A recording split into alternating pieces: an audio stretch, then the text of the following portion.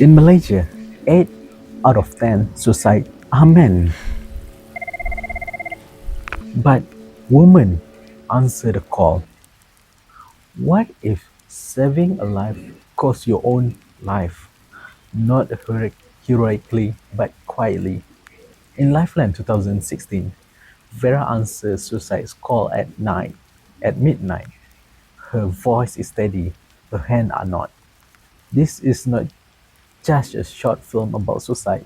It's a short film about a system that make male suffering invisible and then make female labor pay the price. In Lifeline, a woman talks a man off a ledge, but real story is what happened after she hangs up. She observed his crisis, reset to zero, and wait for the next call. This is general emotional labor, and our video will talk about invisible engine powering Malaysia mental health crisis response. The film never shows the suicidal caller, just his voice. This isn't stylistic, it's systemic. In Malaysia, male suffering is an abstraction, a number, a shame. Boys are taught jantan, stoic strain. Emotional strain is a honor, and to admit despair is to fail as a son or a provider.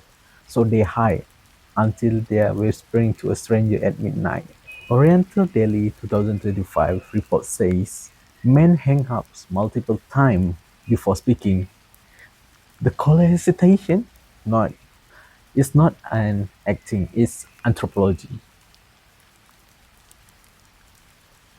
Vera perfection is a cage. She observes every crisis, reset to zero, erase one man's pain to take the next. No one asks where the erased pain goes. Women make up 78% of crisis volunteers.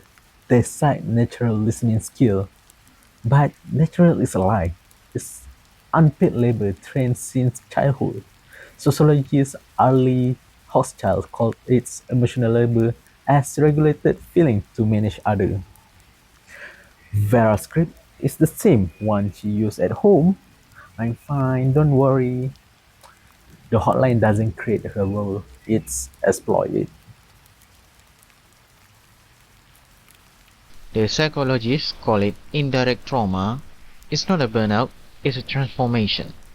In 2024, University Malaya study found 63% of crisis counselors have intrusive thoughts.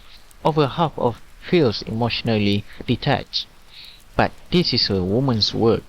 So, the trauma is invisible. Vera doesn't get a breakdown scene, just a quiet tremors. Malaysian women develop anxiety, insomnia, depression from caregiving but never seek help. They're the strong one.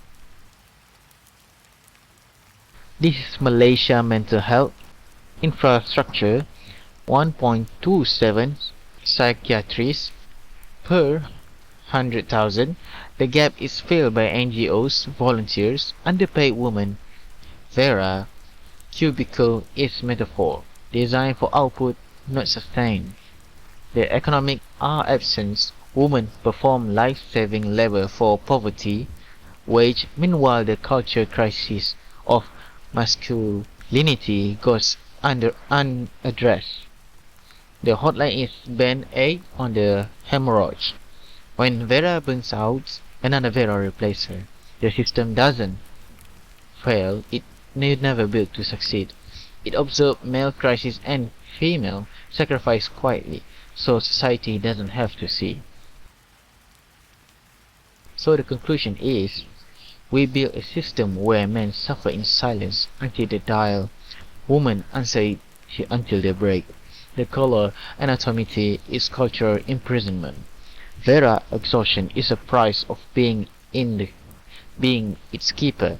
Until we teach boys emotional vocabularies, fund consular recoveries, and take care of public responsibility, not private female heroism, the phone will ring, Vera will answer, and one day there will be no one left to pick up.